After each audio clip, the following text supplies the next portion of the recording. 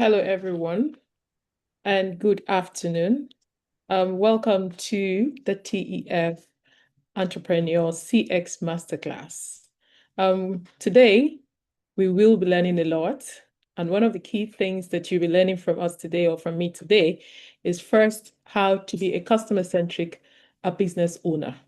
It is very important that as entrepreneurs that you know your customers, know how to manage your customers, and most importantly, is how to build your business in a manner that is sustainable, it enhances growth, and most importantly, it's profitable.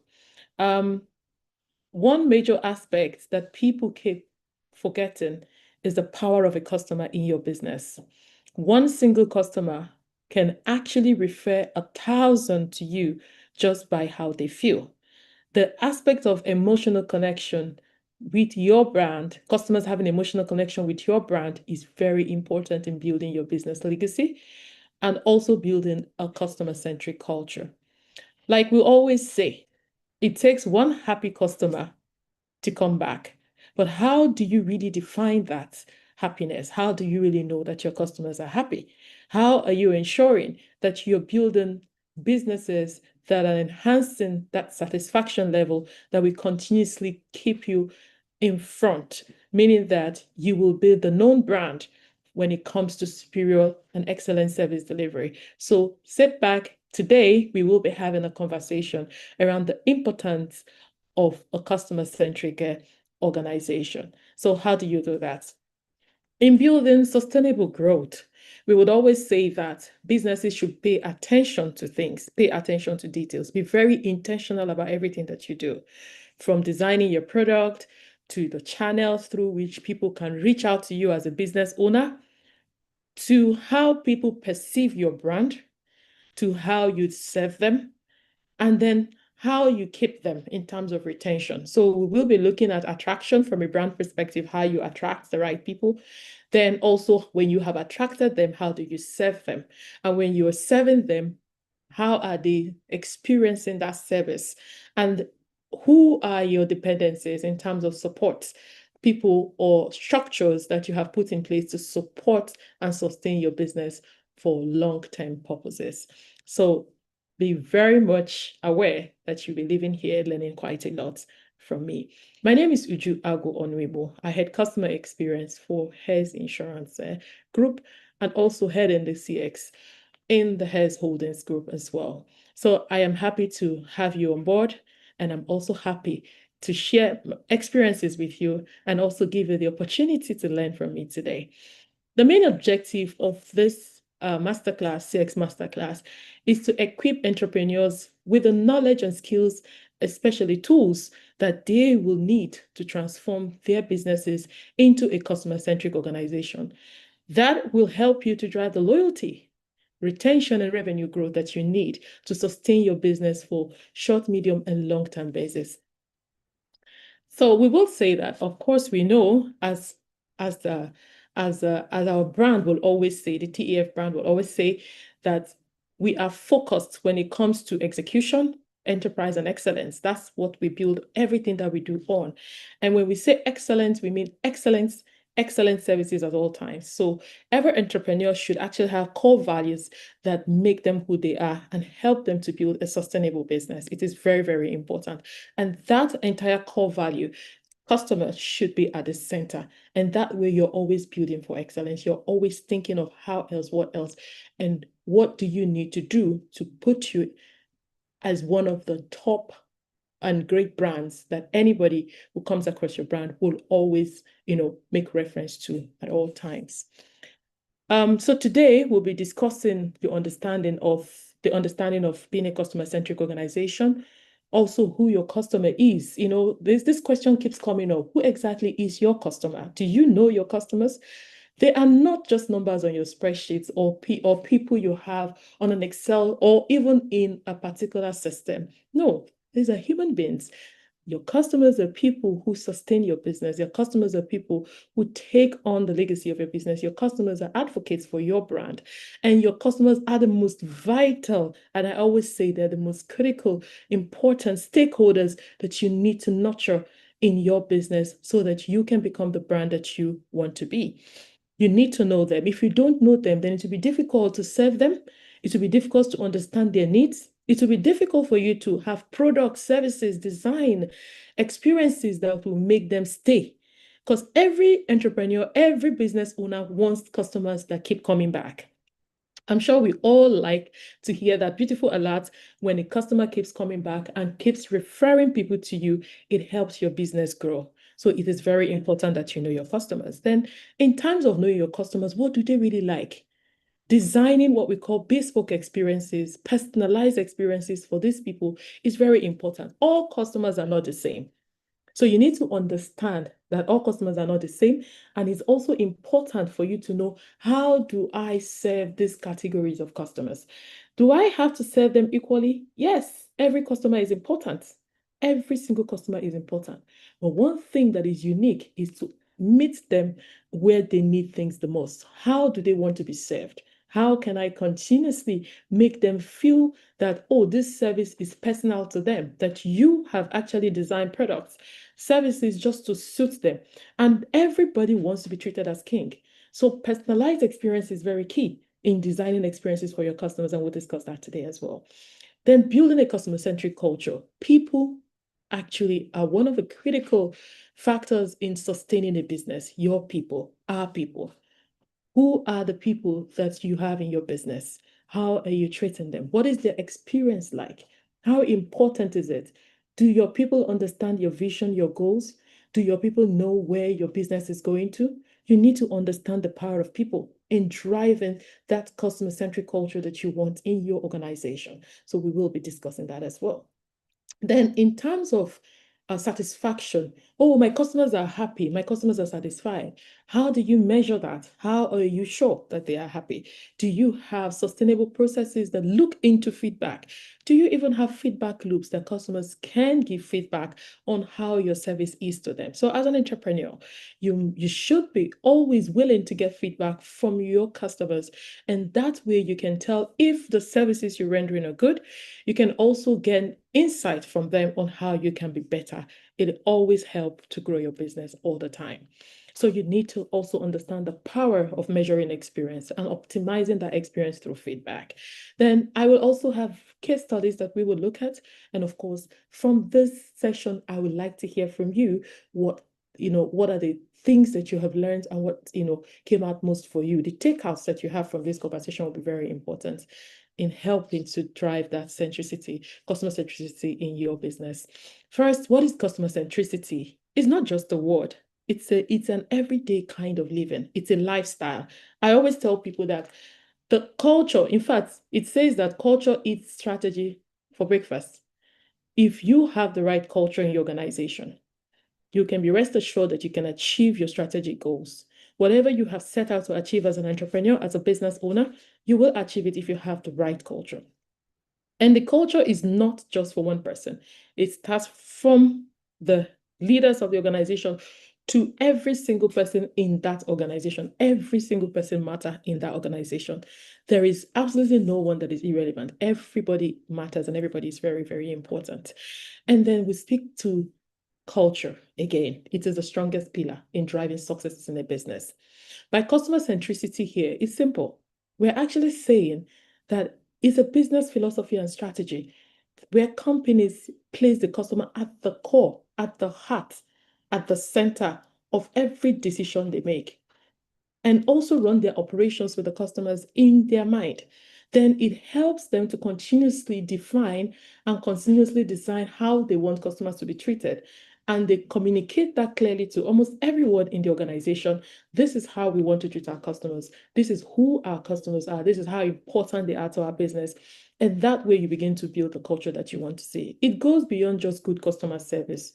It is a lifestyle, like I said. It is a DNA that an organization will be known for. So when you're starting your business, from the very beginning, you need to define how your customers should be treated. You need to define who does what and how a customer should perceive the services that come out of your organization. It is a lifestyle. And it's not only for external use, it's also for internal use. So internally, every staff, every uh, employee in your organization should understand the standards that you have put in place.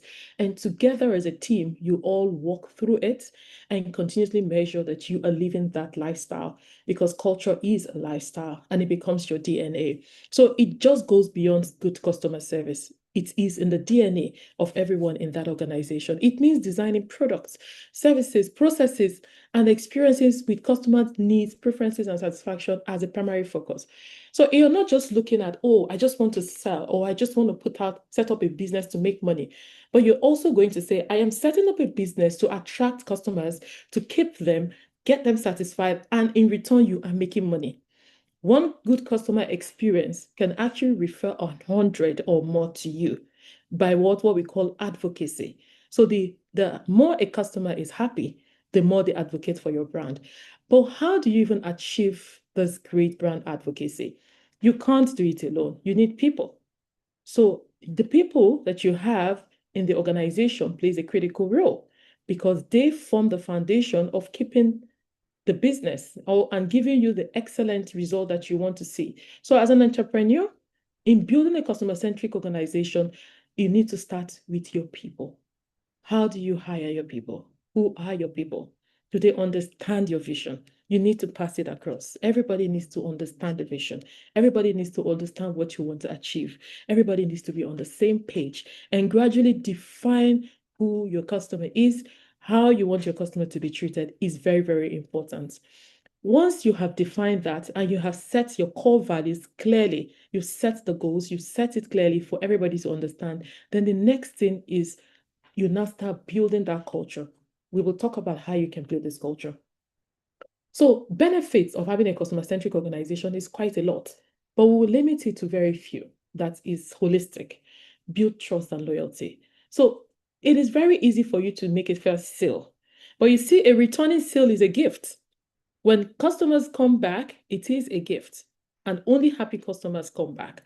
So when you are looking at the first sale, also look at, how are my customers coming back to me? How many of them are coming back to me? Right? What did I get right? What did I get wrong? You keep measuring, you keep looking at that. Now, the moment you have defined the type of service that you want everybody in the organization to give to your customers, both internally and externally, it becomes a culture. It becomes something that guides you. It becomes something that forms part of your what we call organizational strategy in achieving results. So when you sit down every year to decide what you want to achieve for the year, please put a big line in the center cycle, in the center of your strategy. Just write the word customer satisfaction. Customer satisfaction. Or you just say customer is king. And when you put that, you now begin to think, how do I treat this king? What does this king need? From product to service to channels to people that will serve these people, including leadership, to then saying, oh, what do I really want? How do I get them to come back? Then you begin to do your what we call retention plan as well, and then you begin to understand the pillars that make customers to come back to you. And one of those key pillars is what we call trust and loyalty. A customer only comes back when they're happy, and they only come back because they trust you. They trust you because they know you will not fail. So as a business owner, in building a customer-centric organization, you need to build trust. Trust is very important, both internally and externally. Your staff need to trust you, that you are leading them right. They need to trust that the brand is going places. And then you also, in return, must sit with them and design what you want to see in the external part, which is now how the customer perceives your brand is very important. And it guides how you communicate, the product you design, the people that you hire, the way and manner every single person in your organization behaves when they come in contact with a customer. Do you ignore customers? Do you ignore their requests? Do you overlook complaints? No, you can't build trust if you do that. So it is only trust. Number one is trust. Trust helps to build a customer-centric organization. In terms of the benefits, again, is increased retention. It is only a happy customer that will refer you to 10 other people. Enhancing brand reputation. The moment a customer falls in love with your brand, they will tell 10 other people about it. How do you go about making sure that a customer falls in love with your brand? And like I say, you have to be intentional. What is that critical factor? What is that critical thing that a customer needs? What do they really want? Do you design a product and assume this is what they want, or a service and assume this is what they want? Irrespective of the type of business that you do, it is important for you to know your audience, know your market, define your market. Who is your target audience? Who am I targeting for this service? What do they like? How do they want to be treated? What channels can they use to reach out to me? It is very, very critical that that happens. Then, in terms of driving revenue and referral, it is only when customers keep coming back, you find out that your revenue keeps growing. And the moment they keep coming back, you also observe that your income keeps growing. Like we always say, a second sale is a blessing. A third and a fourth is loyalty. And as it keeps going down, people people will know you for what you are, which is what you create great services at all times. I would say I would pause here so that our uh, translator can translate what I have said, so that some of our entrepreneurs who are not English oriented can also be carried along. Thank you. Ok, thank you. Bonjour tout le monde et bienvenue à cette nouvelle masterclass. Aujourd'hui, nous allons voir comment et pourquoi les entrepreneurs doivent être centrés sur le client afin d'avoir... Bon, c'est une stratégie pour avoir une entreprise durable. Et l'objectif de cette masterclass est de vous équiper, vous entrepreneurs, en connaissances qui vont vous permettre de transformer votre entreprise afin que ce soit une organisation centrée sur le client.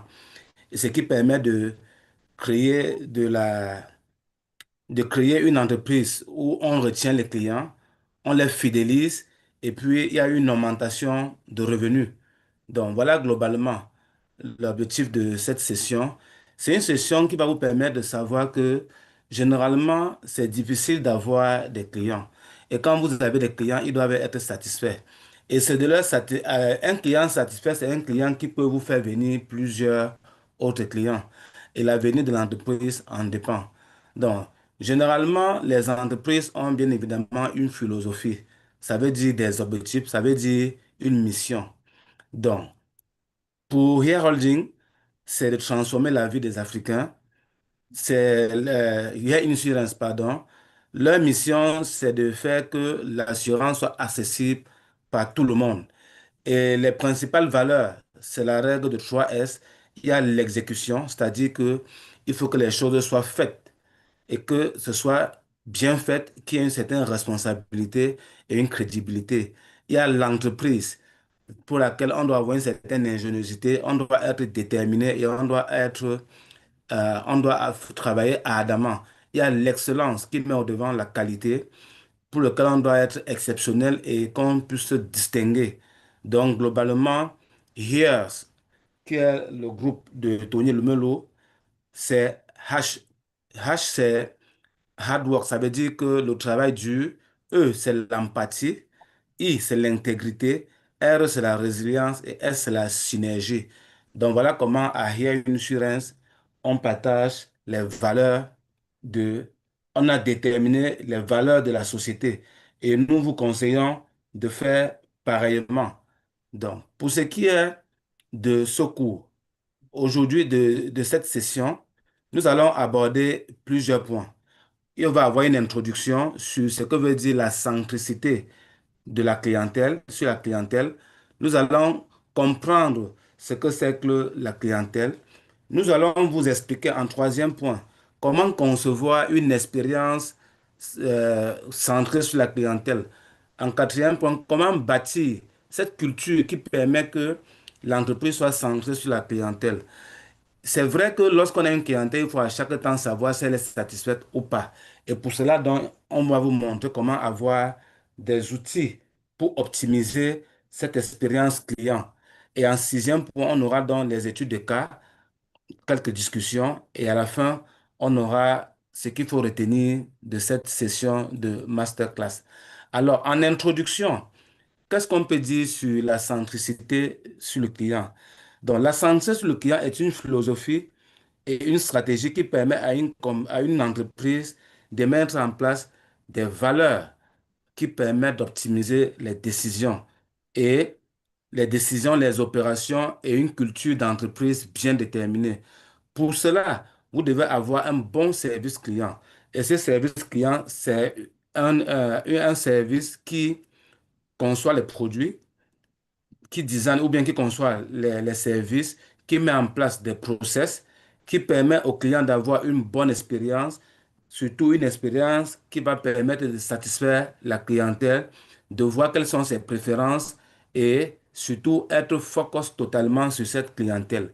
Alors pour cela, il y a des bénéfices lorsque une entreprise est centrée client, comme par exemple bâtir la confiance et la loyauté, bâtir la confiance et le fait que les entreprises, que les clients reviennent.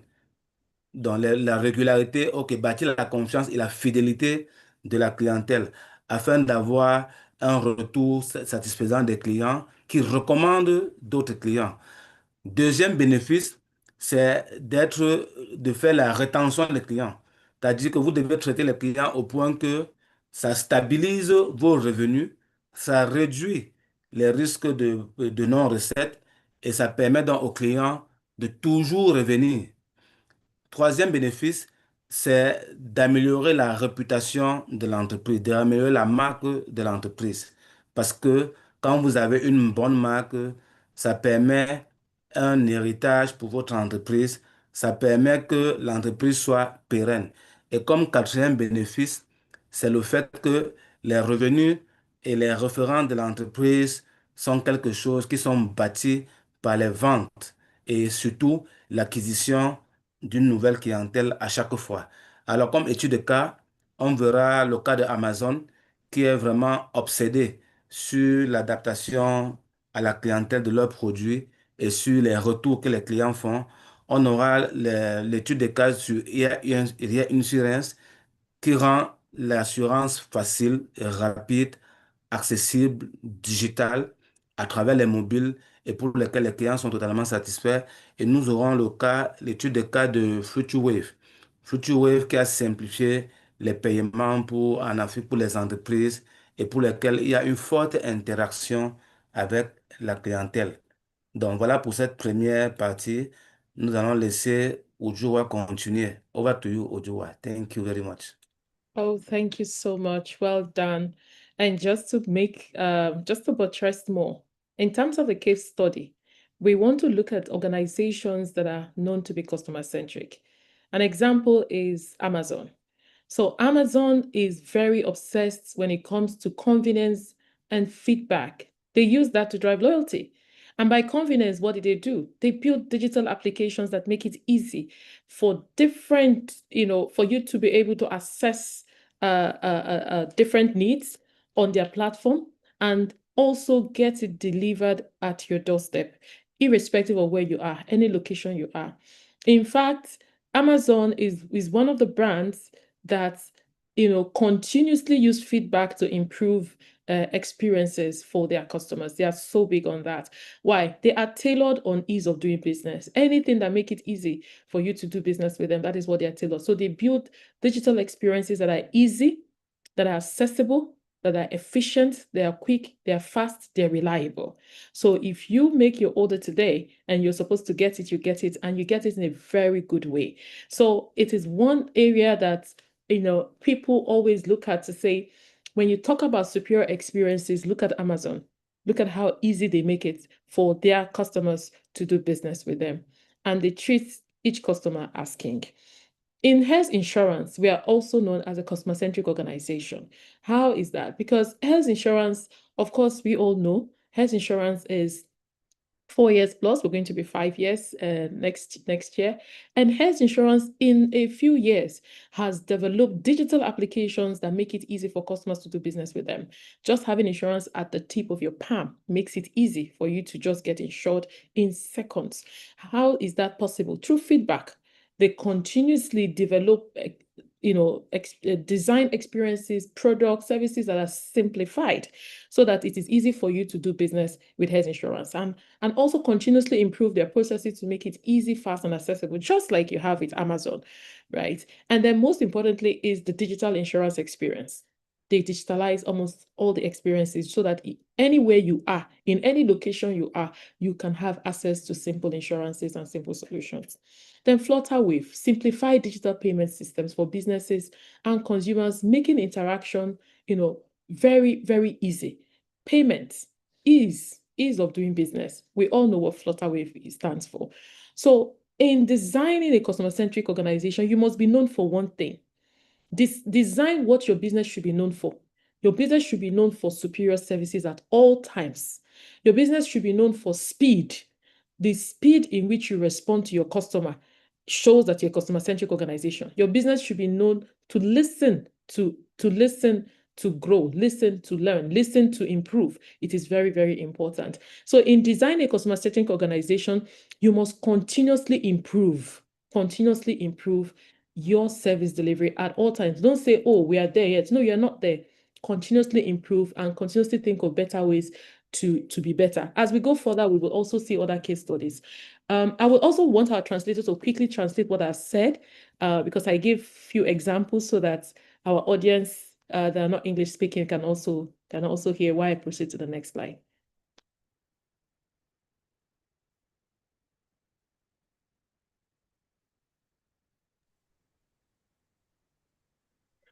You can move forward. Already done for Oh, me.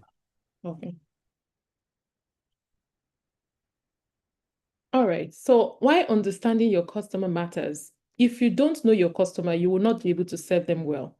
You need to know your customers. You need to know who they are, what they like. You might not know all of them by name, look, but you need to study who your customers are. What do they like? And the best way for you to do that is to design what we call personas.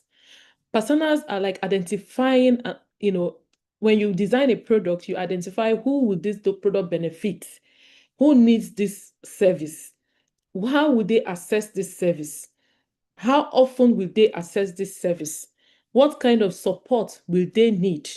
Now, this is you designing a whole service ecosystem. So it's not just to design a product and leave it there. How will they access it? Will they want to come to my location, or would they prefer it to be digital? What kind of customers am I trying to attract? You need to define that. In understanding your customer, it is easy for you to now say, oh, this customer likes 1, 2, 3, 4. And then you design experiences to suit 1, 2, 3, 4. Then most importantly, again, be sure that what you have designed or the experience or the product and service you're selling meets their need. So you come from the aspect of solution driven. I am designing a product to what? Provide solutions. And it's always good to do customer research. We always say that. Find out who is in that space. What do they like? How can I continuously grow? As entrepreneurs, your business is tailored towards a particular segment, and your business have to grow. Who needs my business? How do I penetrate the people that needs my business? What do they like? How do they want to be served? What kind of support can I give them so that they will continuously have access to the services that my business render? Then always look for comfort. Always design experiences that are comfortable for your customers by making it easy. The Amazons that I mentioned, they make it easy. The Flutterwaves, they make it easy for you to access them. You cannot be doing, as an entrepreneur, have a business and you're not accessible.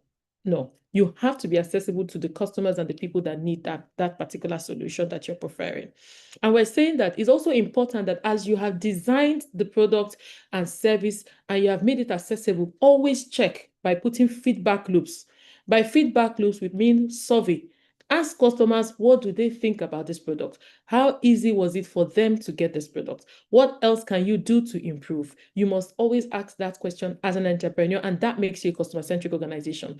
So you're coming from the angle of solving a customer's problem, providing a service that makes them satisfied, and continuously improve based on your customers' feedback. There is no other person that will tell you how your business is doing except your customers, because they are the ones that is using that service, and they're in the best position to tell you what you're doing, what you're not doing, and what your competitors are doing that you're not doing. So listen to them.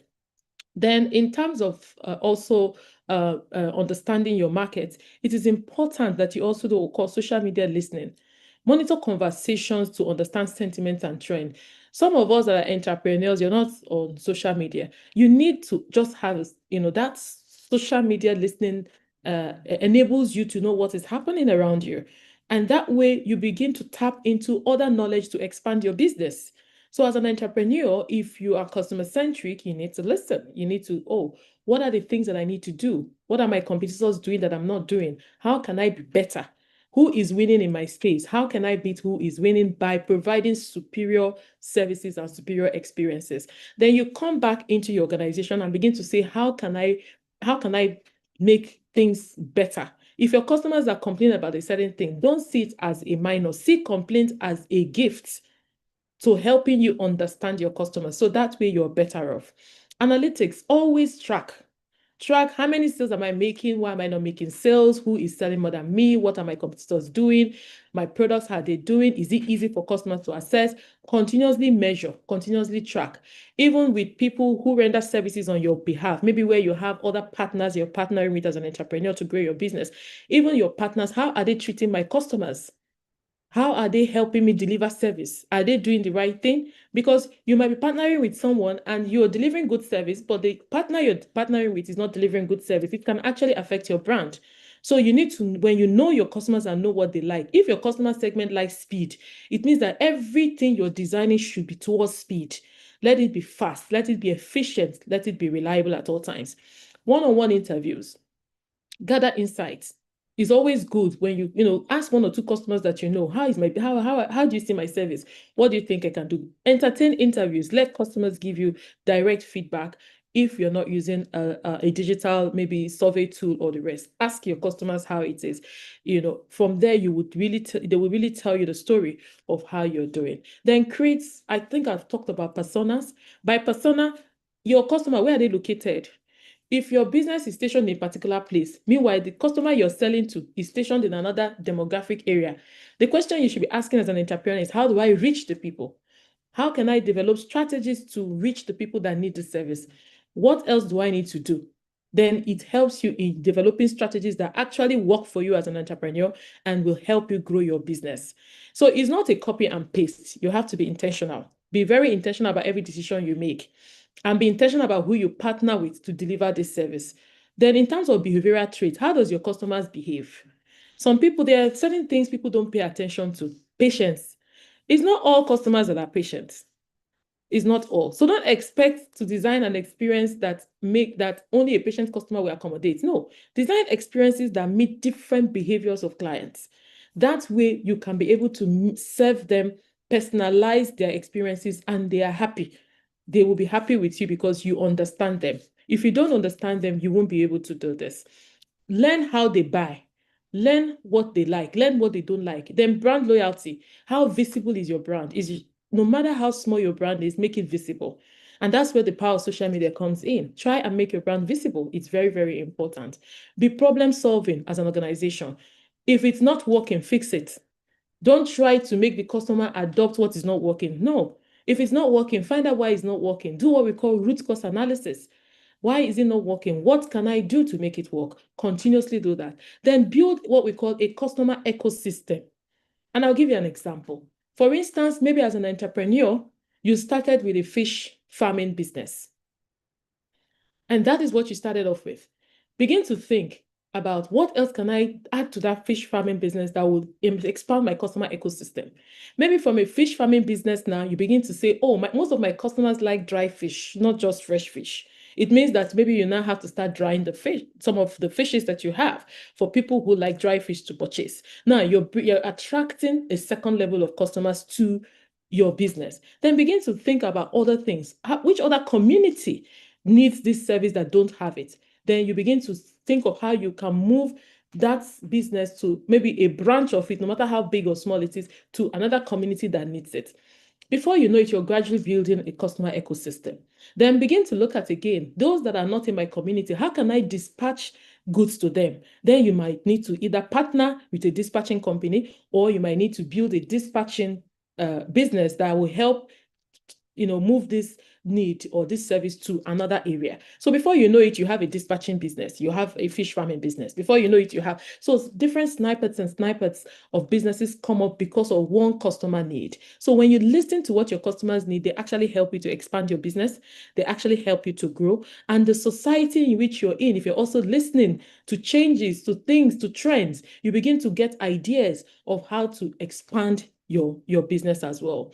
I think that is very important. Then one critical aspect is please identify your customer pain points.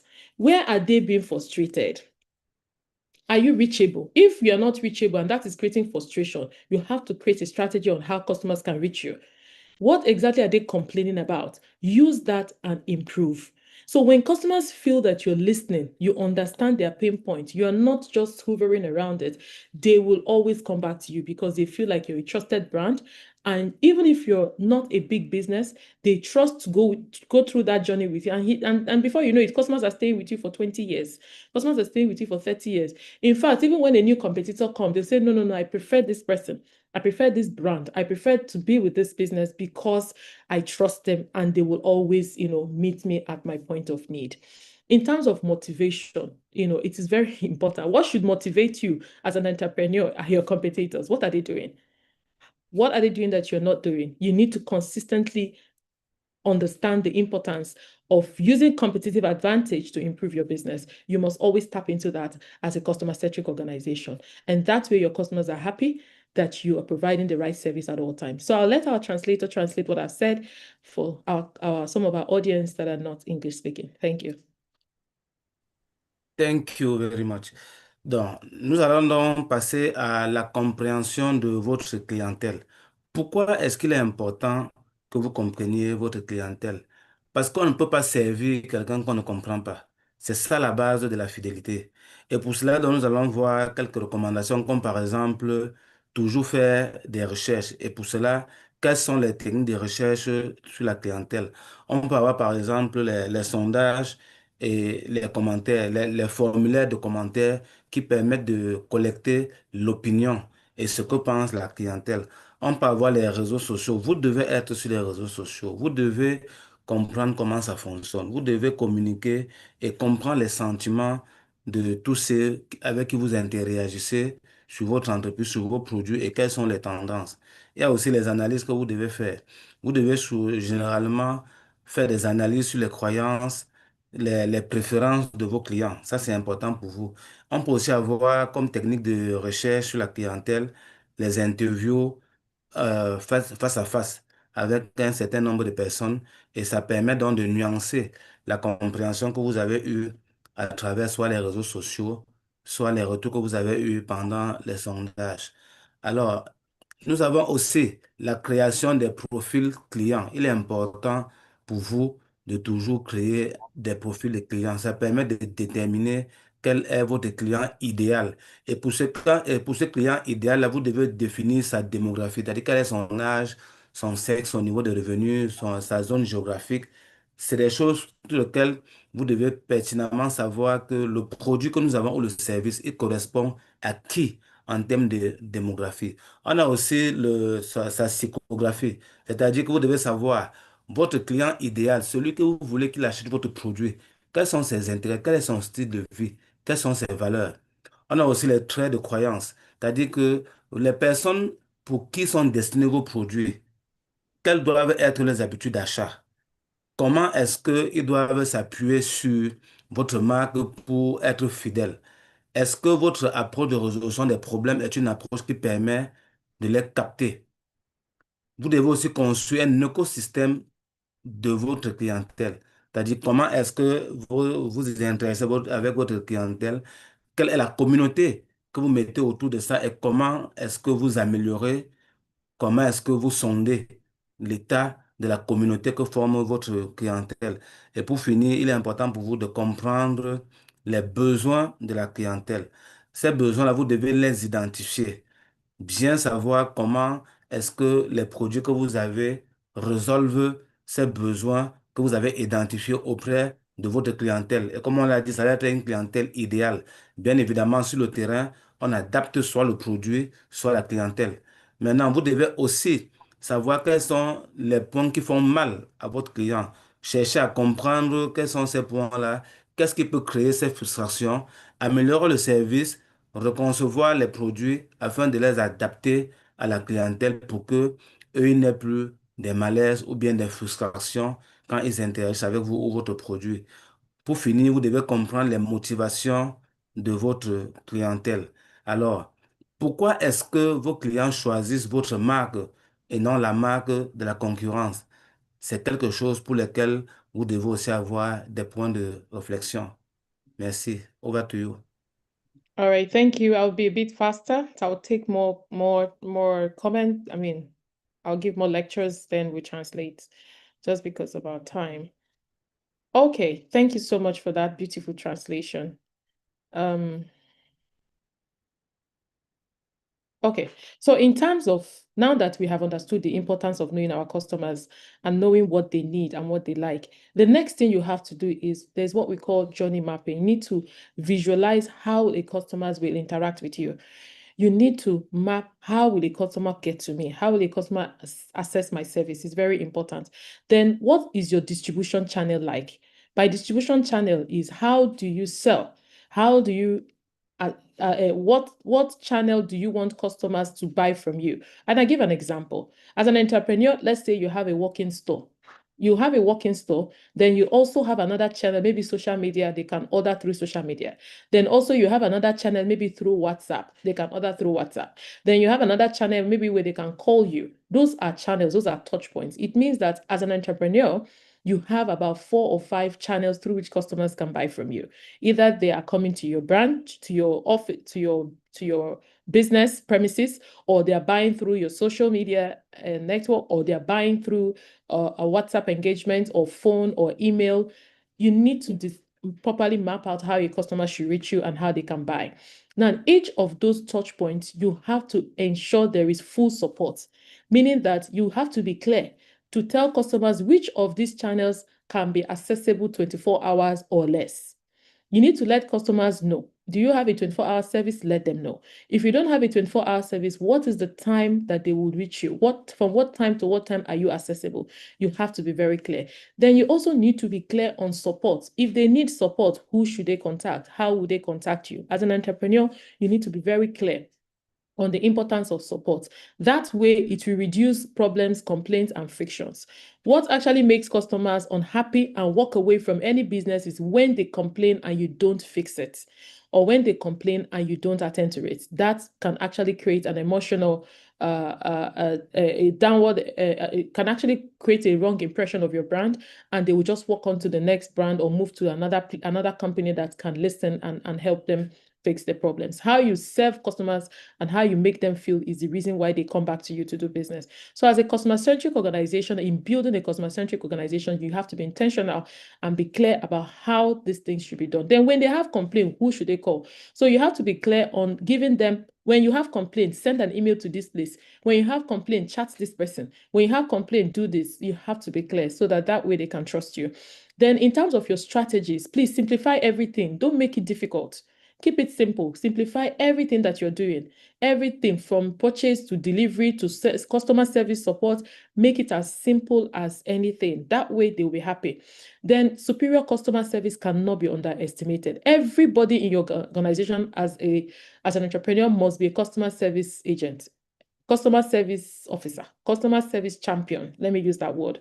It means that from the CEO to the most let me say, I don't like saying the word junior staff, but let me say most important staff, everybody must be customer focused. It is all about the customer. Customer comes first. So everything you're doing, the customer should come first. And that language should be very clear. So superior customer service is the most critical. Whether you're front office, you're doing sales and customer service, or you're at the back office, production, operation, HR, IT, finance, whatever your role is, you are a customer service person. You must attend to customers with speed, both internal customers and external. And as a CEO, you should also be the #1 customer service champion. That way, people look up to you and they follow through. Communicate proactively. If you know your office is not going to be open, communicate to customers ahead. If you know a particular service is no longer accessible, communicate before it becomes unaccessible. Let customers know that this service is no longer accessible, and please let them know when it will be accessible. It is very important for you to communicate. Carry your customers along in almost everything that impacts them. If it's going to affect them, let them know ahead of time. Don't just surprise your customers with bad news. It is not good customer service. It is not a customer-centric organization attribute. You must communicate clearly and please proactively as well. Don't say, oh, sorry, we have closed. And the customer has taken time to come to your office, only to find out your office is closed or your branch is closed. No, you must communicate clearly. Your channels, if you're no longer using it, you have changed address, you've moved office, whatever it is that affects a customer or your customers, please communicate clearly to them. Then if you have new services available that will impact them, let them know that we now have this service available. This is how you can access it. When you keep doing that, customers will trust you and they'll be happy with you. Personalized interaction, always make every customer interaction great. Let them feel valued. Let them feel like you care for them and anticipate their needs. Sometimes a customer will want A. In selling A, introduce B, introduce other things that you know that the customer will need. Sometimes customers might not necessarily know all that they need, but when you listen to them and look at their ecosystem, remember I said their ecosystem is what they need, you can be able to build services around that, and then you can prefer that as a proactive solution to a customer's need than being what reactive to a customer's need. That does not make you a customer-centric organization. So it's very, very important that you note that. Then finally, on building a customer-centric culture in this particular category, there's one thing that we need to understand. The first person that builds the culture is the leader, the leaders, the leadership. It starts with the leadership. The leadership must understand the importance of superior customer service. From the CEO up to the very junior staff, they must understand that customer service comes first. Customer comes first. The customer comes first. So the leadership must be able to stand, to be able to project the right behavior towards building a customer-centric organization. Then also empowering employees to understand that is very critical. Sustaining and empowering employees. How? Let employees know what the rules are, what you will accept. Let the employees know that a customer must be treated as king. No customer should be disrespected. Let the employees also know that they are part of the partner, but they are partnering with you to drive an organization that is sustainable. When an employee feels valued, they will do everything they can to sustain your business. They will actually support you. They go out of their way to support you. Then take ownership. Everybody in the organization owns customer service. Customer service is not a department, it's a lifestyle. Everybody owns the act of service. So whatever you're doing, whether you're HR, your customer service, your MD, your CEO, whatever you're doing, just know that you are a service champion and it cuts across everyone. And these roles must be well defined in the organization and measured. So lead by example, set goals. Set goals. As an organization, you should have customer satisfaction goals in everybody's KPI, irrespective of who you are. It's not only for salespeople and customer service people, it's for everybody in that organization. You must set those goals and you will also measure it that customers are happy. Empower employees also to be customer-centric. Allow employees, you should be able to design processes in your organization that give certain powers to certain people to take certain decisions. That way, it takes away bureaucracy. It makes your business faster. So you should build trust with your employees and monitor it. We're not saying you should let loose, but please monitor it, but empower people to take great decisions that help the business, to grow stronger and stronger. Then most importantly is encourage empathy. People in the organization should listen to understand, not listen to respond. When you listen to understand, you will be able to know where you're going wrong and where you are getting it right.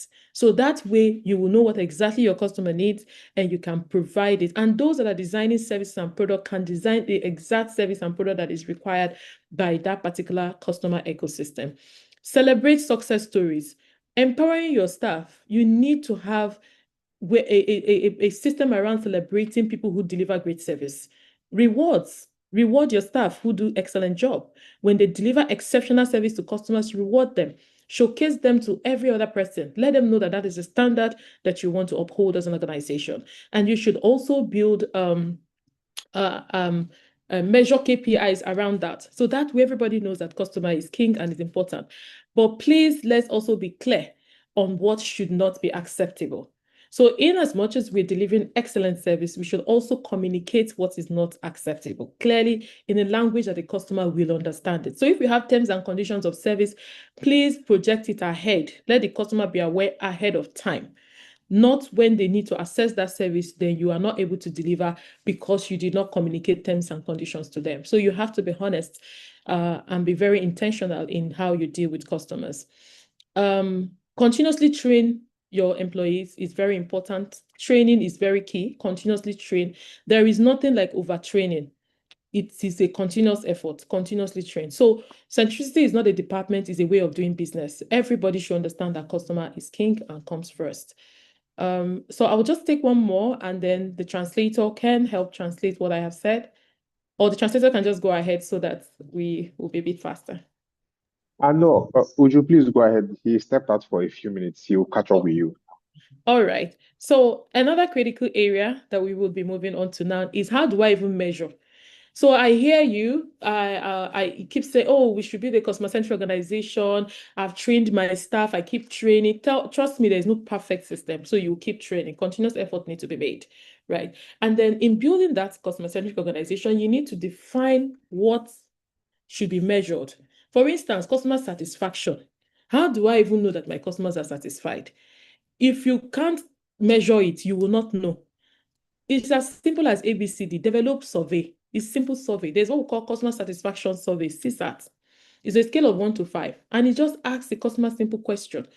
How are you satisfied with our service? Or how are you satisfied with an interaction? Whatever it is that suits your business, how are you satisfied?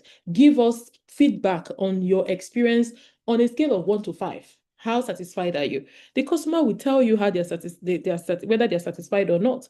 And when they give you this feedback, don't just keep it under your locker or just store it somewhere. As an organization, discuss the feedback. How many of your customers are happy? How many of them are not happy? And those that are not happy, what are they saying? Why are they not happy? I understand that you don't have a one size fits all, but just listen. You can learn from some of the feedback that customers are giving to you. Then, how many of your customers are willing to refer you to others? This is called NPS. You should be able to measure that. So, if a customer has purchased your service or plan or has visited, ask them, are you willing to refer us to other people? In fact, some organizations go as far as having what we call a referral, maybe a referral promo, a referral incentive, or a referral just to grow referrals. But first is to understand whether they're willing to refer you. If a customer is willing to refer you to others, trust me, they love you and they're happy with you.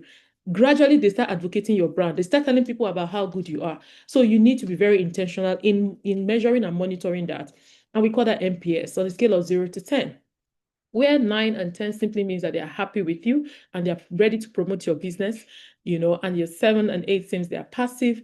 And of course, 0 to 6 are detractors, they are not happy. So when you start getting a rating of from 0 to 6, please, you have to be worried. You need to start asking questions. What can I do to improve my services? Then the effort a customer puts in to get service from you, please, is very important. As an entrepreneur that wants to build a customer-centric organization, simplifying everything makes it easy for customers to do business with you. If your customer target is digital, please develop applications that will enable them to access you digitally. If they are face-to-face, develop a system, a sales process or operational process that you can reach out to them where they need you most. It is very important. So the ease of doing business can also be measured under CAS. Then retention. It is one area that a lot of entrepreneurs are not paying attention to. Returning customers. Are you tracking? How many of your customers are coming back? Some people will say, oh, I have a customer that stayed with me for 10 years. Amazing. That means you're doing a great job. So as many customers that stay with you and as many customers that are willing to stay with you, it means that you're doing something right. So you need to measure how many customers are willing to stay with you. It is very important. And how do you do that? Take note of the customers that came in first. Take note of the same customers that came in first that keep buying across your other product ecosystem or keep coming back or bringing other people. That way you know that, oh, you're actually growing your customer base. Then actually check the number of customers you have. Are they growing? Or are you still retaining the same customers all year round? No, you should be having growth, and you should also have more customers. So if you have 1,000 customers today, and tomorrow you're having another 1,000, that means you have 2,000. And if you come back another time and check, you have your 2,000 plus new ones, it means you're growing. But if you have 1,000 this week and next week, you can't even see the 1,000 you have again. Maybe they've moved on, or something has happened, or they don't come back to you when they need that service. Then it's something that you should actually be worried about. Complaint management. Listen to complaints. Don't throw them away. They're a very good tool to improve your business. Listen to complaints, they make you better. It's actually a gift. Complaint is a gift and is a blessing. So when you listen to complaints, you fix the problem. When the customer comes back and see that you fix the problem, they are happy. They will feel that you care, and they will keep coming back to you. So it is actually very important that you do that. Then always keep data. Keep record of your customers. Don't just ignore. Keep record. Have a record keeping process of who your customers are. Note the customers that keep coming back. It's very important. Track them, and if possible, know where they are.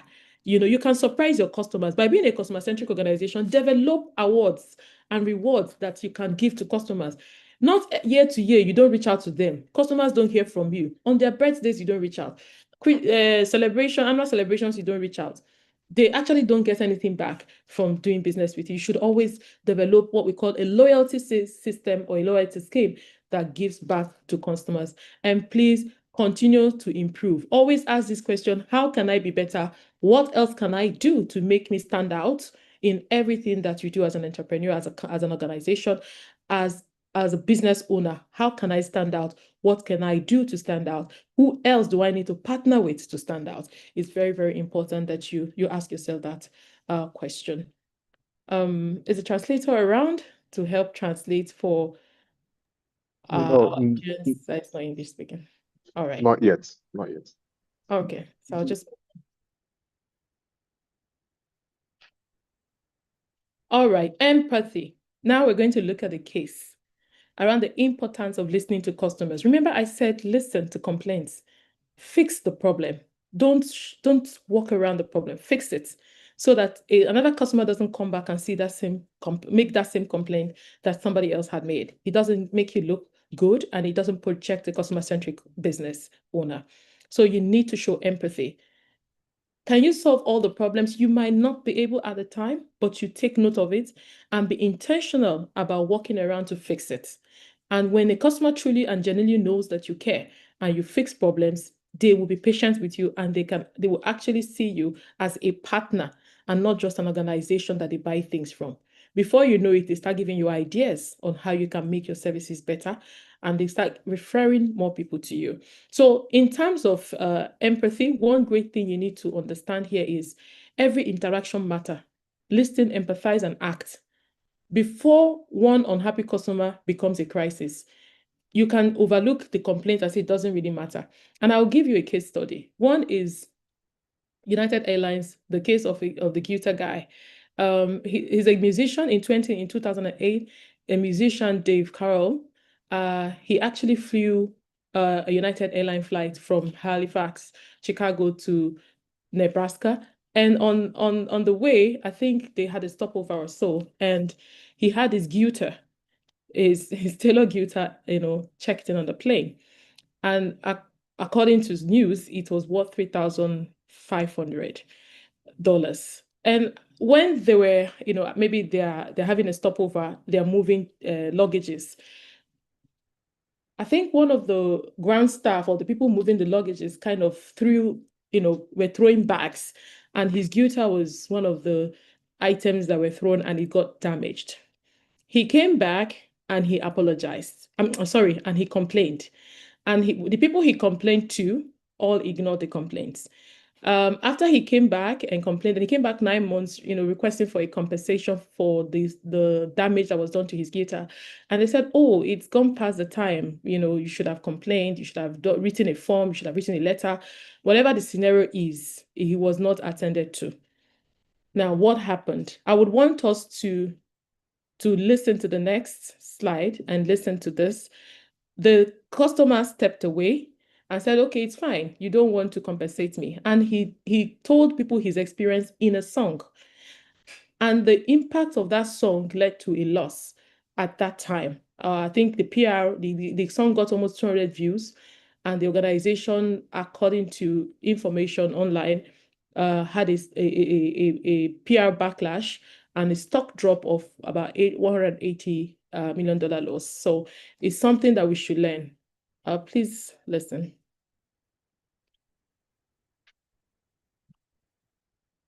Be described as the most perfect revenge story. An airline carelessly mishandled luggage, breaking a $3,500 guitar owned by singer Dave Carroll. Upon discovering that the guitar's wooden frame was cracked and unusable, Dave immediately contacted the airline's customer service. However, they dismissed him, telling him to deal with it the next day. Left with no choice, Dave rushed to a repair shop before his performance that night and paid $1,200 for repairs. The next day, he contacted the airline again to request compensation, only to be rejected because he hadn't filed a complaint within 24 hours. Even more absurd, for the next 9 months, Dave repeatedly tried to communicate with the airline, but was consistently ignored. Reaching his limit, Dave teamed up with friends to create a song mocking United Airlines and shot a video for it. Within just a few days, the song garnered over 1 million views. As the video went viral, more and more people flooded the comments to criticize United Airlines, sharing their own stories of damaged luggage and even posting videos of broken suitcases. Only then did the airline's executives finally contact Dave Carroll to offer compensation. But it was already too late. The video had surpassed 23 million views, and the comment section had essentially turned into a public trial of United Airlines. This incident caused the airline's stock price to drop nearly 10%.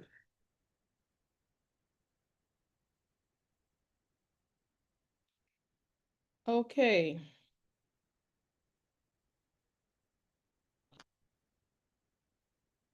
So this would be described as the sorry. So this is, I mean, the video itself tells the story, and we all know what happened afterwards. The organization, yes, came back and they apologized, but it was too late. By then, the damage has been done. And because the damage has been done, more people had seen the poor experience, and maybe at that point in time avoided the company, the airline, because what they said, they break filters just from one customer experience. That is telling you the importance of customer experience. It's very, very important. How you treat complaints is very critical. The second case study has to do with health insurance. The health insurance brand developed feedback loops where customers can actually give real-time feedback on how they feel. The real-time feedback on how they feel on almost everything from purchase to claims to renewals. And what happened? They used that to improve. In less than how many years they came on board, they built a mobile app because the majority of customers want to access simple insurance anywhere they are. And that mobile app, from there, they developed a lot of interactions that met different customer needs. And from feedback as well, they're continuously improving. So you need to be intentional. You need to understand the power of feedback. You need to understand the power of complaints and use it to your advantage. Use complaints to build your business. Use complaints to change and fix problems. And use complaints to design new experiences for your customers. So that way you're better and you're a better organization for people to actually make reference to, that you listen. And you also listen to learn. So in also, identifying the importance of listening to customers, for health insurance, they also developed a loyalty scheme for their customers. Based on the feedback they've received, continuously engaging their customers, they were able to develop feedback that customers, they were able to develop awards for customers to, have additional benefits aside just buying insurance. Then for them to also build a customer-centric organization, they develop what we call staff awards, service champions, where staff members who excellently deliver great service are rewarded annually. So it is something that helps so that the message is clear that customers are king in the business and you must do everything within the right process, within regulatory approved processes to treat your customer as king. And please always know that only happy customers come back. So the translator is here to help us translate some of the things that I have said for some of our audience that are not English speaking. Thank you. OK, thank you very much. Donc, nous nous sommes arrêtés au niveau de la construction d'une culture centrée sur la clientèle. Donc, en tant qu'entreprise citoyenne, vous devez avoir une culture centrée sur la clientèle parce que ça développe le leadership, ça permet de former les employés et ça permet aussi de conforter l'expérience de la clientèle. Donc, le leadership ici est important parce que ça oriente la clientèle, ça oriente la culture d'être la culture de la centricité sur les clients. Donc ici, par exemple, il faut toujours donner priorité à la satisfaction de la clientèle.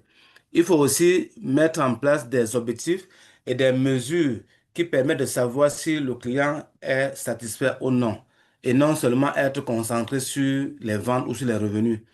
Au niveau, par exemple, des employés, le fait d'être centré sur la clientèle permet que les employés ne soient pas dans une bureaucratie qui ne serve pas. Et ça permet aussi que les employés qui sont assidus, qui travaillent bien, sont récompensés. On les reconnaît et on les récompense. Et à travers cette satisfaction que les employés ont, vous voyez donc que les clients bénéficient de leur bon service. Il faut aussi être très connecté sur la culture d'entreprise, encourager l'empathie au sein de l'entreprise, dans les équipes, célébrer la clientèle, partager les histoires, les storytelling, les histoires qui peuvent permettre d'inspirer les autres et surtout mettre en place des systèmes de formation permanents qui permettent aux employés d'être mieux à l'aise et ça augmente la valeur de la centricité sur la clientèle au sein de votre entreprise. Le prochain point, c'est les techniques de mesure et d'optimisation de l'expérience client. Donc, il faut toujours avoir des techniques de mesure et les améliorer progressivement. Avoir une traçabilité sur les commentaires que les clients peuvent faire dans votre entreprise. Mettre en place des indicateurs de performance. Ça peut être au niveau de la satisfaction de la clientèle. Mesurer, veut dire avoir des éléments qui vous permettent de savoir si le client est satisfait ou pas pour le service rendu ou pour le produit qu'on lui a livré. Constamment regarder la valeur de votre indicateur. Si c'est élevé, c'est bon. Si c'est bas, il faut voir comment faire pour pouvoir l'améliorer. Donc, toujours donc, améliorer ces indicateurs et rapidement changer en cas de besoin. Mettre aussi des scores qui permettent de faire la promotion de l'entreprise. Quand on dit des scores, ça veut dire que des indicateurs qui permettent la promotion de l'entreprise. Par exemple, des indicateurs ou des mesures. Par exemple, vous pouvez avoir des référents. Les référents, c'est des personnes qui recommandent votre entreprise ou bien qui, généralement, dans votre activité, permettent un rapprochement avec la clientèle. On peut par exemple dire pour une quincaillerie, je dis n'importe quoi, ça peut être les architectes. Ou bien pour une entreprise qui fabrique du ciment, ça peut être les architectes, ça peut être les ingénieurs de génie civil parce que c'est eux qui vont recommander le type de la marque de ciment ou la marque de fer qu'il faudrait acheter pour construire votre maison. Donc, on a aussi mettre en place des scores qui permettent de voir l'effort qu'on fait auprès de la clientèle. Donc, pour cela, donc, il faut avoir des mesures pour satisfaire la clientèle, des mesures pour évaluer comment, jusqu'où est-ce que on a atteint les objectifs qu'on avait vis-à-vis d'un produit ou d'un service. À ce moment-là, le moindre effort aura un impact sur la fidélité des clients. L'effort accru va bien sûr aussi avoir une influence positive sur la fidélité des clients. Et pour cela, donc, il faudrait mettre au niveau des indicateurs quels sont les points à vérifier afin d'améliorer les procédures. On a aussi des scores qui permettent de vérifier le taux de rétention de la clientèle. Ça peut être un pourcentage qu'on définit. Bref, il y a des techniques pour pouvoir les faire. Utiliser aussi les données pour voir comment décider. Donc, on a des données qu'on collecte auprès de la clientèle, les commentaires, les, les plaintes, et en les analysant, ça permet d'améliorer la décision. Et bien évidemment, pour finir sur cet aspect, il faut mettre en place des stratégies permanentes qui permettent de satisfaire la clientèle. Comment est-ce que la clientèle se sent? Qui fait quoi et comment? Le prochain point, ce sont les études de cas où on a parlé de l'empathie. Donc ici, on a pris l'exemple d'une compagnie aérienne, United Airlines, et du gars à la guitare. Donc l'histoire, c'est quoi? L'histoire, je résume, hein. L'histoire, c'est que lors d'un voyage qui coûtait relativement cher, il y a eu un musicien qui avait dans ses bagages sa guitare. Et pendant le voyage, il a égaré sa guitare et il est revenu se plaindre, mais on n'a pas considéré sa plainte. Ce qui fait que 9 mois plus tard, il est encore revenu et on lui a dit, monsieur, il est tard, vous aurez dû vous plaindre beaucoup plus tôt. Alors il a dit, c'est pas un problème, c'est simple. C'est là où on vous a mis la vidéo. Le bonhomme est parti dans un lieu public, il a pris sa guitare et il a joué une musique pour saquer et salir la compagnie. Bien évidemment, les effets, c'était la catastrophe. Donc, il y a eu une baisse de recettes, une baisse du taux de fréquentation de cette compagnie. Donc, il y a eu un effet vraiment négatif à partir de sa chanson. Ça veut dire quoi? Ça veut dire que quand il a chanté, il y avait de l'émotion, il y avait de l'empathie. Il a pris la peine de raconter son histoire de façon stoïque, de façon à avoir l'adhésion de la population et des consommateurs, ce qui fait que cette compagnie a eu en quelque sorte un bad buzz qui a influencé dans ses ventes. Donc pour finir, c'est le cas de Hair Insurance. Donc elle nous a parlé comment, elle nous a expliqué comment au sein de l'assurance de Hair Insurance, on a eu à améliorer la façon dont on interagit avec la clientèle en mettant en place des outils rapides pour répondre aux questions, pour satisfaire le client, pour faire des services. On a eu une traçabilité, on a mis un système de traçabilité des plaintes. On suppliait les clients que si vous avez un problème, il faut nous dire ce qui ne va pas. On mettait surtout à leur disposition les outils pour résoudre les plaintes. Et c'est à ce moment-là où elle a expliqué les conditions générales de vente.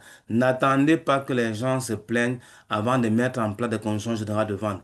Et des conditions générales de vente et publier ces conditions. Mettez-la à disposition. Indiquez toujours à la clientèle si vous avez un problème, voici qui vous pouvez, voici celui vers qui vous pouvez vous adresser. Si vous avez un problème, voici l'adresse à laquelle vous devez vous adresser. Regardez par exemple à la fondation. Il y a l'adresse inquiries@tonelumelu-foundation.org. Donc à tout moment, on vous dit si vous avez un souci, écrivez à cette adresse, on va pouvoir répondre à votre plainte. Et bien évidemment, on a aussi soulevé le point où dans une entreprise, tout le monde doit faire le service après-vente, quel que soit votre rang, quel que soit votre niveau, même jusqu'au niveau du directeur général, même jusqu'au niveau du PCA. Vous devez être centré sur la satisfaction de la clientèle. Et ailleurs, Insurance, pour finir, elle a aussi parlé d'un système de récompense, de fidélité, de récompense des employés, récompense des clients, de fidélisation de la clientèle, la mise en place des services champions pour permettre à tout le monde d'être content et de reconnaître ceux qui sont exceptionnels. C'est ça qui permet de maintenir la fidélité de la clientèle en passant par la fidélité et la satisfaction des employés. Thank you. Over to you. Thank you. Amazing. This will be the last training for me. I mean, the last slide. I would like my audience to listen to this. Now that we know the importance of knowing our customers, we know the power of resolving and solving complaints. We also know the power of a customer being satisfied and how it can lead to brand recognition and returning income for your organization. There are 4 important voices that you must also listen to. In addition to listening to your customers, you must listen to the voice of your employees. when I say listen to the voice of your employees, it's about how easy is it for your employee to carry out the job that you have given them to do? What are the things that they need? How much support are they getting from you as a leader to be able to deliver? The strategies that you have set, are they realistic? Are they going to be able to actualize it? Then do they have the tools to work to make it easy for them to deliver this excellent service that you want? You have to be intentional about it as an entrepreneur. So you need to always ask your employee what are the things you need to improve is very, very important, and what their own experience is, because only happy employees encourage happy customers. Please note that. And if your employees are taken care of, they will also take care of your business. It's very important. Then you need to listen to the voice of your process. What process do you have in place to deliver service to customers? Is your process too long? Is it too cumbersome? You need to check again. Keep it simple. No matter how small or big your business is, make the process to be simple. Then you need to listen to your voice of business, the things you want to achieve. Please be clear about it and follow it through. Don't start and stop. No, follow it through. And be intentional that everybody in your organization understands what you want to achieve. So if you're setting a target, please, everybody should understand the target and know their role and how what they do will help you to achieve it, no matter how big or small your business is. And that way, you are on top of everything that you do. So as a leader, be on top of your business. Know everything about your business. Care about your business, both customers, process, know everything. That way, you'll be able to solve problems, and that way, you can be able to grow. So please listen to this video, and then we'll take questions. And in this video series, we're going to be talking about the 4 voices of improvement. Voice of the customer, VOC, voice of the process, VOP, voice of the business, VOB, and voice of the employee, VOE. These 4 voices are essential for any organization that wants to improve its performance. By listening to and understanding these voices, businesses can identify opportunities for improvement, make better decisions, and create a more sustainable future. Voice of the customer. The voice of the customer is the collection and analysis of customer feedback. This feedback can come from a variety of sources, such as surveys, interviews, customer support tickets, and social media. By listening to the voice of the customer, businesses can learn more about their customers' needs, wants, and expectations. This information can then be used to improve products and services, develop new offerings, and create a better customer experience. Voice of the process. The voice of the process is the collection and analysis of data about how business processes are performing. This data can come from a variety of sources, such as process maps, performance metrics, and employee feedback. By listening to the voice of the process, businesses can identify areas where their processes are inefficient, ineffective, or costly. This information can then be used to improve processes, reduce waste, and increase productivity. Voice of the business. The voice of the business is the collection and analysis of data about the organization's strategic goals and objectives. This data can come from a variety of sources, such as business plans, financial statements, and market research. By listening to the voice of the business, businesses can ensure that their improvement efforts are aligned with their overall goals and objectives. This information can also be used to prioritize improvement initiatives and allocate resources effectively. Voice of the employee. The voice of the employee is the collection and analysis of feedback from employees about their work experiences. This feedback can come from a variety of sources, such as employee surveys, focus groups, and exit interviews. By listening to the voice of the employee, businesses can identify areas where employees are frustrated, disengaged, or productive. This information can then be used to improve the employee experience, boost morale, and increase retention. Conclusion. The 4 voices of improvement are essential for any organization that wants to succeed.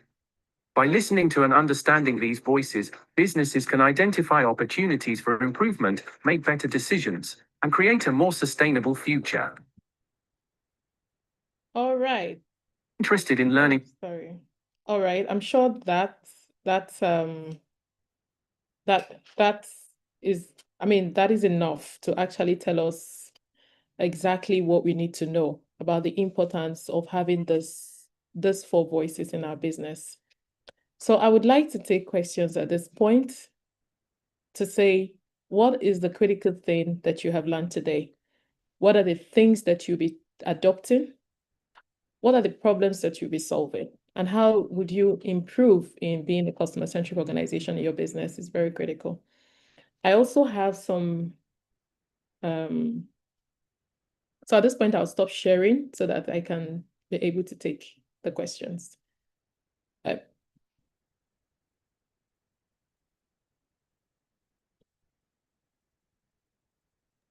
Okay, Okay. entrepreneurs, please drop your comments and questions in the chat comment section and we'll look at them. Thank you. Okay, so I have a question. How can an entrepreneur handle a difficult customer even after delivering excellent service, and how to get a dissatisfied customer back to trust you? So first, like I said, you might not be able to control anyone's emotion. You can also not be able to control how people react to a break of trust or a break of service. There must have been a service made somewhere or a promise made somewhere, and then the customer is reaching out and is not getting, he didn't get the result, or rather the solution that he or she wanted, which could have led to a complaint. So I don't know what the issue is, but before a customer becomes difficult, something must have happened. So it is very important for you to take note of what happened. Why did it happen? You need to ask yourself that question. Has it happened before? It could be that before someone becomes difficult, they have experienced that breakdown a couple of times. So they would just like, no, I can't take it anymore. Or they have been trying to get you to listen to them and you have not been listening. So they actually come with anger. Or there is a service failure that actually threw them off and they are not accepting it at all. So it's very important for you to know first what happened. Then the next question you'll be asking is, how do I solve it? How do I ensure that it does not repeat again? Because if you say sorry the first time, you might never get a second chance to say sorry again and again. So always try as much as you can to use the first problem to solve many other problems that would have come up. Be more proactive than reactive. So in terms of handling a difficult customer, you need to listen to them. You can't stop them from reacting, but fix the problem. Find out what the problem is and fix it. And if you need to apologize. If you need to compensate them for the failures or service that you have failed in, please compensate. But your company, you have to decide what your compensation is like, so that you don't do things that will maybe put your business profit in a bad light. Just keep it very simple. Sometimes sorry can solve a lot of problem, and then make sure that they don't repeat it again. Then even you as the business owner can reach out to that customer to apologize, not just leaving it to your staff or to people. Get a senior person to discuss with that customer. That is extremely difficult. When they see somebody else and a leader talking to them, sometimes it keeps them calm and makes them feel like they are valued, and you actually solve the problem and you won't let them go through that again. Then in terms of getting them back, fix the problem. That's how you gain their trust. Because if you apologize today and then the problem is repeating, they will not trust you. They will say you're always doing the same thing. So to gain back their trust, you have to fix the problem that led to that break of trust in the first place. Then I have another question here that says, how the would be about customers who have distrust with online ordering because of scam. How does an entrepreneur scale such and win customers? So online have its own experience. I would say funny experience. Sometimes it's good, sometimes it's bad. So there's a lot of customers are actually skeptical about online transactions. So the best thing is, do you have a clear contact for them? So if, for instance, they are discussing with you, maybe via any of your social media channel, do you have a contact? Do you have a number that they can call? Do you also, maybe you look at again, what exactly do they need? Maybe what they want is, if I order, I would prefer to pay on delivery. Maybe you should consider that if it doesn't put your business at risk. Or some organizations, have a return policy. Some organizations have a refund policy. So when you have some of those things, it can help. But if you, as an entrepreneur, you also need to protect your business as well. So look at what works for your kind of customer. Remember, we say know your customer, know your market audience, know your targets. So from the product that you're delivering, you know who needs them. And then you can be able to say, okay, I'm comfortable with, if you're ordering online, you can pay upon delivery of that product. That way the customer is a bit okay and can trust you and know that you're not a scam. Because if you're a scam, you won't want them to pay at delivery. You would rather want them to pay before you deliver. So check what works for you and then adopt that. But that's the best way for you to reduce the disbelief. So, and project it upfront that you can pay on delivery, or you can have refund, you allow refunds or return policy and things like that. Put it on your page and let them know. And then if they have a problem or a complaint, put a number that they can reach you out on, so that they know that you're real and you're not fake. If you have an office, please put your office address that is real. That way they know that you're not a scam, because they can easily walk to your office and see you or complain, So it gives them some bit of comfort to know that they're dealing with a good brand. So those are the things. And I have the last, I think this is the final question. How do I handle voice of employees whose demands are above my business abilities, like demanding very high salaries, which if you accept might run down your business? So when you're listening to the voice of employee, we're not saying you should take everything. In terms of voice of employees, is to understand first and foremost, what is your pain points? What are the things we can do to improve? Now, if remuneration is one of the issues that they have as a pain point, what is that they're asking? What are the people in that market paying? Are you overpaying or underpaying? You need to check. So people that do similar business as yours, what are they paying? Because what it means is that if you don't pay them properly, they might move to move to another organization. Another organization can poach them from you. So if your business is small and you know what you can afford, please have a salary scale, a salary range or a salary scale for different levels. This is the maximum you can do. This is the lowest you can do. You don't have to offer your maximum all at once. You can start with the low and then improve and increase and improve until you get to maximum. And then what is the person doing? Is that person a key person in helping your business grow? You have to be intentional in retaining those people, because what it means is that if you don't have those people, it will affect your business. So then there's relationship management. How you treat your employees is also important. Sometimes it's not only just salary. People don't just stay or leave because of salary. Some organizations pay very good salaries and people still leave, while some don't even pay as much as others, but the people stay because they feel they are part of the business. They are seen as partners to the business. They are appreciated. And those very little things like appreciation can actually make them even stay with you when you don't pay as much as others. So you need to build a culture in your organization that enables employees to be able to function well. And then how they feel is also important. So just ask, let them tell you what is important to them. Salary is good, is great, but it's not everything. Sometimes it's peace of mind. Sometimes it could be peace of mind that they just want a place where they're appreciated. And then you also have a plan to increase pay from time to time, because if the economy is not too good, both for you as an entrepreneur or them as an employee, you have to balance it somehow. But let them understand, what you might not be able to do at this point, but there is a plan for you to do it in the future. So that way they also have hope and they know that with you, they can go far. I think those are very critical things that you need to take note of as an entrepreneur that is customer-centric. It's not only about the external customers, but internal customers are also very important. All right. Thank you so much. Thank you, everyone. So the translator, you can help us translate what I have said if it's possible. Thank you.